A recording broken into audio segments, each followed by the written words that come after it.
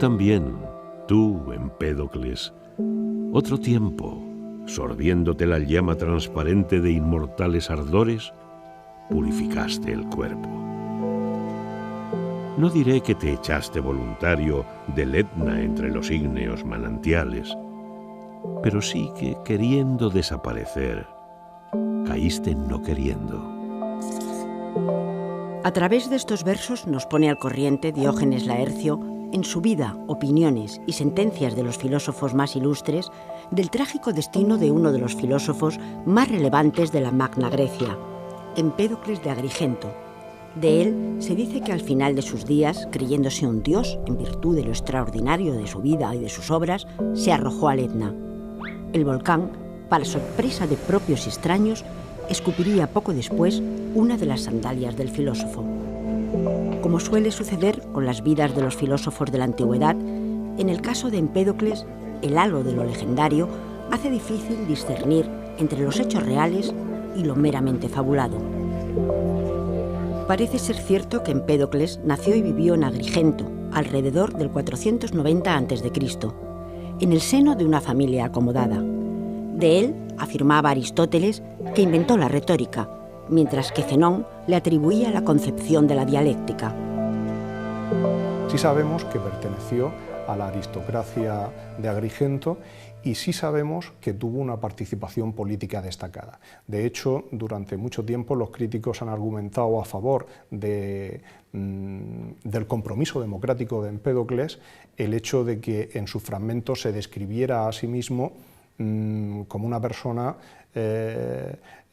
muy engolada y que hablaba en su discurso a la gente que le rodeaba, o sea, que la sermoneaba. Entonces no parecía tener un talante democrático en la forma en la que se describe a sí mismo en los fragmentos y, sin embargo, los testimonios, las historias que nos han llegado son de un gran compromiso con la vida política de su ciudad. Curioso Sicilia, ¿verdad? Platón también se enamora de Sicilia y quiere ir repetidamente, solo hay que leer la Carta Séptima y su autobiografía, siempre quiere ir a influir en Dioniso, el tirano, a través de la filosofía y de la filosofía gobernante. La gran Sicilia, la gran Siracusa, es realmente en Empédocles una protagonista inigualable, así lo percibirá Hölderlin.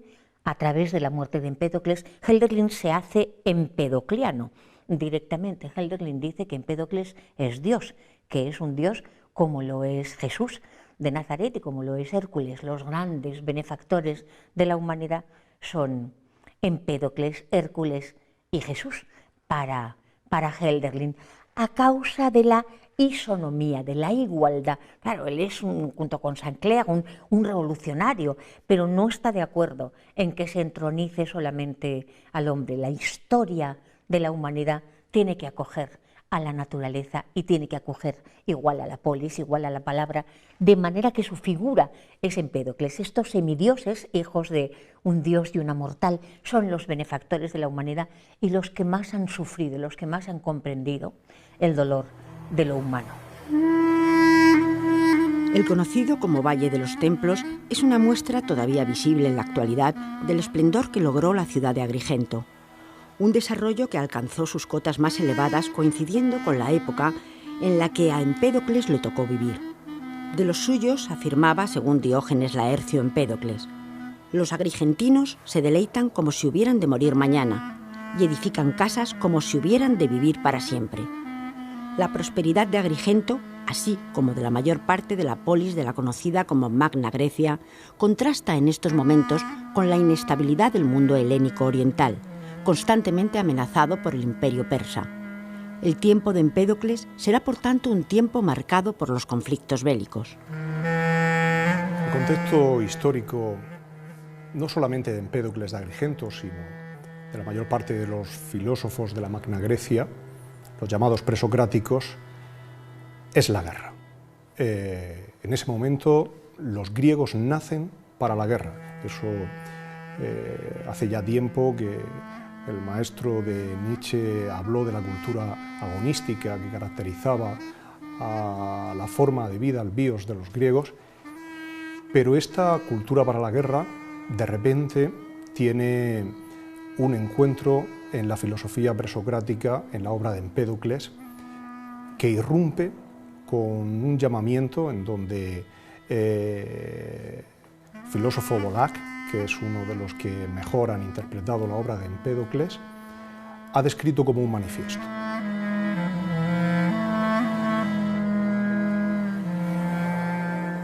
Es un manifiesto que habla de la paz, es un manifiesto en donde la presencia de la amistad, que es una de las dos fuerzas que rigen la cosmogonía, la zogonía de Empédocles de Agrigento, el amor y el odio,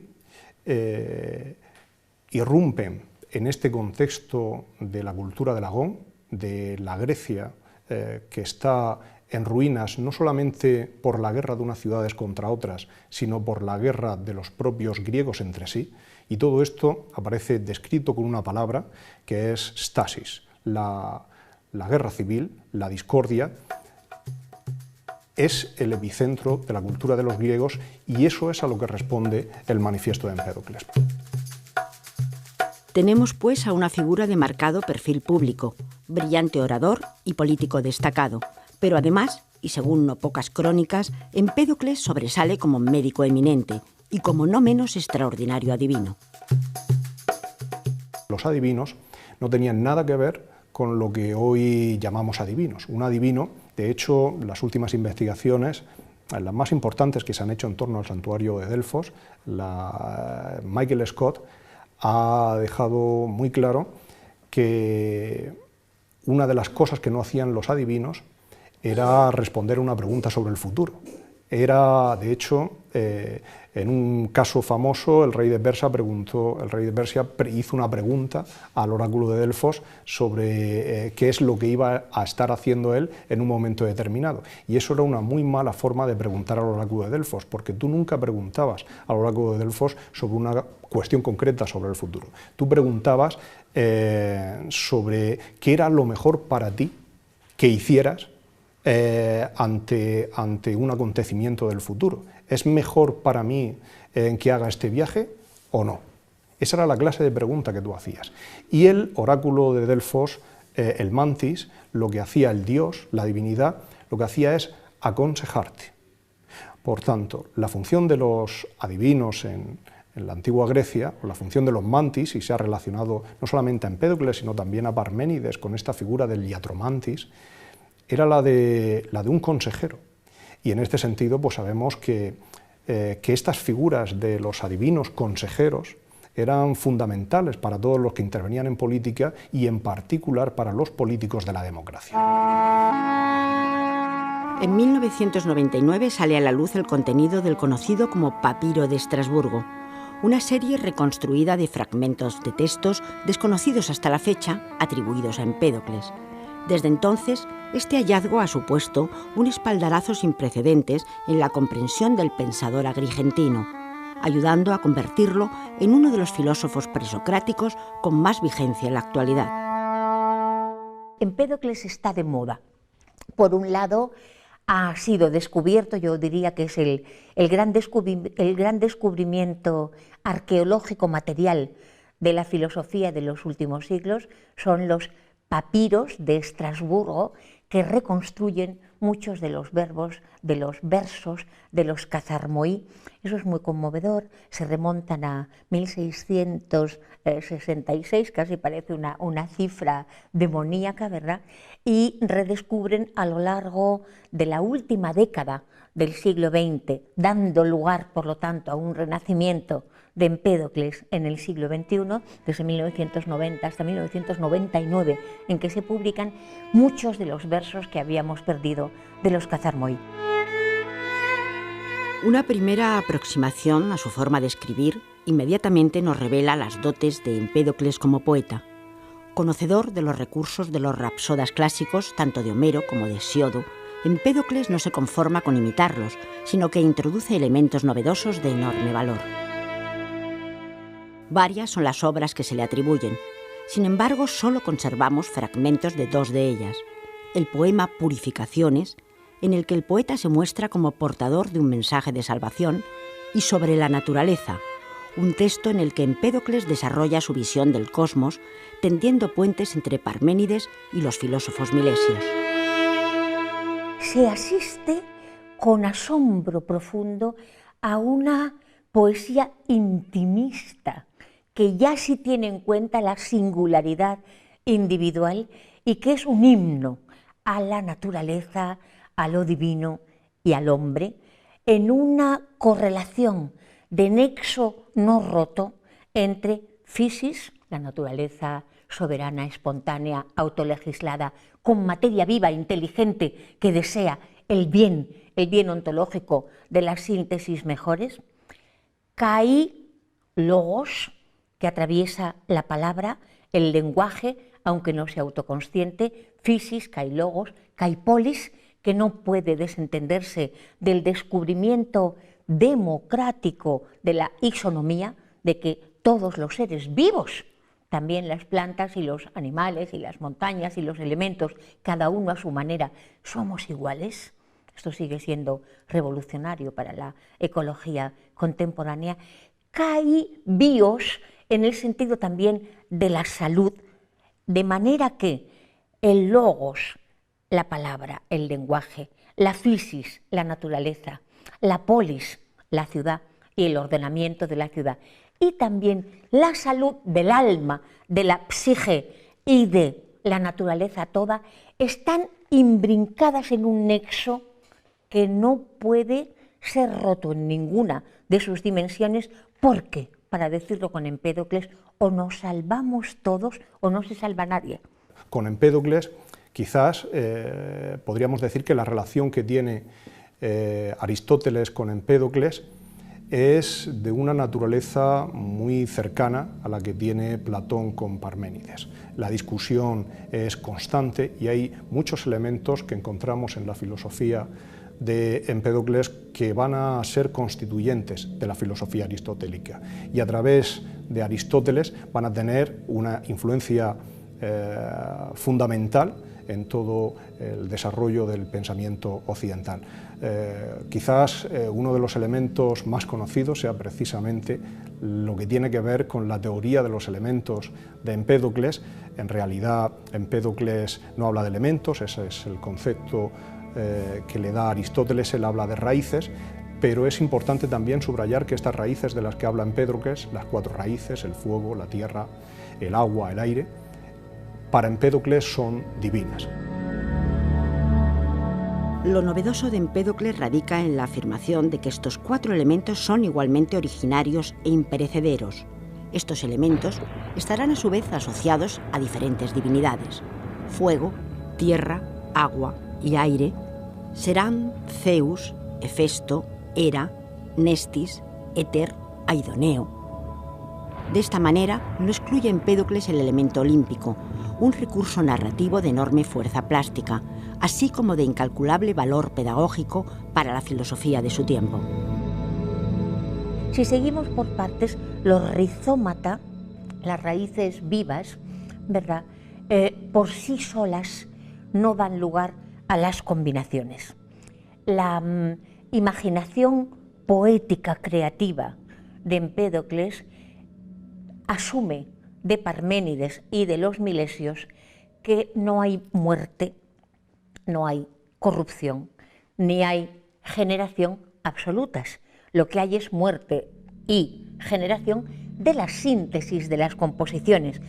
Pero estas instancias, incluso algunas muy perfectas que se han logrado, como el oído o como el ojo, están, por así decir, flotando de manera que se combinan para dar lugar a la síntesis o los organismos mejores, de acuerdo con el deseo de la propia materia, de acuerdo con el deseo que la materia tiene de la filía, de la simpacella, de la amistad y la atracción por aquello que le permite ser mejor, entrar en modos de vida y de percepción mejores, superiores, ¿verdad? Estas fuerzas que rigen, estas potencias que permiten las combinatorias y las descombinatorias, ¿verdad?, en las que se está moviendo constantemente el deseo que penetra la vida y la naturaleza por todas partes. Estas fuerzas son el amor y el odio. Amor y odio se sucederán en ciclos alternos en los que prevalecerá una u otra fuerza. En la fase en la que prevalece el amor, al ser que surge como resultado de la mezcla de las 4 raíces, Empédocles lo llamará Esfero y lo describirá como el dios más feliz. Agotado el tiempo de la amistad, le tomará el relevo el odio, introduciendo modificaciones en la composición del ser. Este sería el momento del surgimiento de nuestro mundo, de la configuración de nuestro entorno, así como de las especies que lo habitan. Es verdad que para eso ya lo había en Homero. Hay un camino de ida y un camino de vuelta. Esta es la filosofía de la historia que establecen conjuntamente la Ilíada y la Odisea. En Empédocles es igual, ¿verdad? La historicidad del predominio del amor se pierde, porque se perdería en un elemento demasiado centrípeto la diversidad, la alteridad, la riqueza, como en Anaximandro, ¿verdad? La dique es la de que hay muerte para que puedan darse los otros mundos y las otras posibilidades.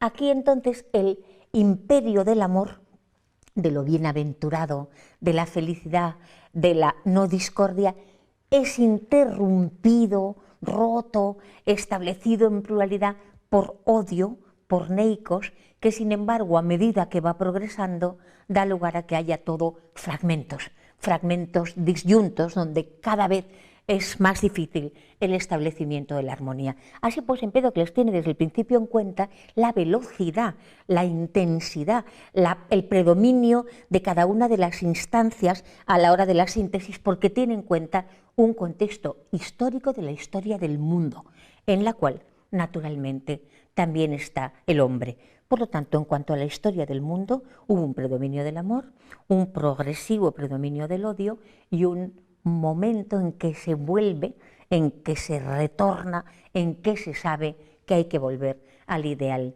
del amor y del bien, de la filía, de la concordia. Esto ahora mismo está en discusión, sabemos muy poco por los testimonios y lo que está claro, sin embargo, es que hay un movimiento tanto de las especies animadas como de lo que constituye nuestra geografía física, que actúa, que interviene en función de esas dos grandes fuerzas que son la discordia y el amor, y que las especies que hoy podemos ver en el mundo y de las que Empédocles habla directamente, él habla tanto de fieras del bosque, habla de arbustos, habla de peces de acuática crianza, habla de erizos, habla del ser humano, habla de los hombres, habla de las mujeres. Todo está compuesto por raíces que son divinas y que lo que llamamos nacimiento y destrucción, lo que llamamos crecimiento y consunción, lo que llamamos muerte y venir a la vida, son solo apariencias, porque en realidad lo que existe en realidad existe de una manera eterna y es el principio de lo divino que constituye a cada una de estas raíces. En su poema Purificaciones, Empédocles es consecuente con las ideas desarrolladas en Sobre la naturaleza.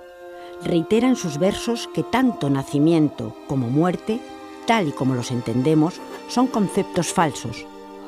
De las combinaciones entre los 4 elementos surgirán además unos seres a los que Empédocles llamará daimones.